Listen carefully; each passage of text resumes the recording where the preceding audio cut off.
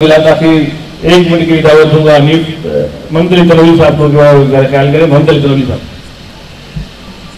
बिस्मिल्लाहिर्रहमानिर्रहीम। मैं पंडाल में तमाम छोटे बड़े बुजुर्गों को दिल की गहराइयों से सलाम पेश करता हूँ और प्रोग्राम ऑर्गेनाइज करने पर भी शुक्रिया अदा करता हूँ। लोग ये कहते हैं कि हज़ारे वाले काम नहीं करते। मैं एक छोटे से वाक़या आपको बयान करता हूँ अपना मुख्तसर सा। मेरे पे एक वक्त आया अपने इलाके के एक जाबिर शख्स के साथ, उससे मेरा झगड़ा हुआ। ज़ाती नोयत का नहीं था, एक मैटर था। उस मैटर में मैं नहीं जाना चाहता। उसमें मुझे जेल हुई।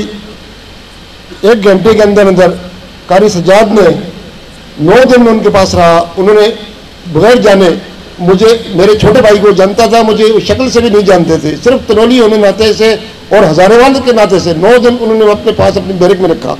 और मैं उसके बाद शोएब भाई यहाँ बैठे हुए हैं, उन्होंने मेरी हर तरह से मेरी मदद की और आज भी वो मेरे सर के ताज है। उसके अलावा जितने हज़ारेवाल थे पुलिस के महकमे में, जहाँ जहाँ मेरी ज़रूरत थी उन्होंने मेरी ज़रूरत पूरी की।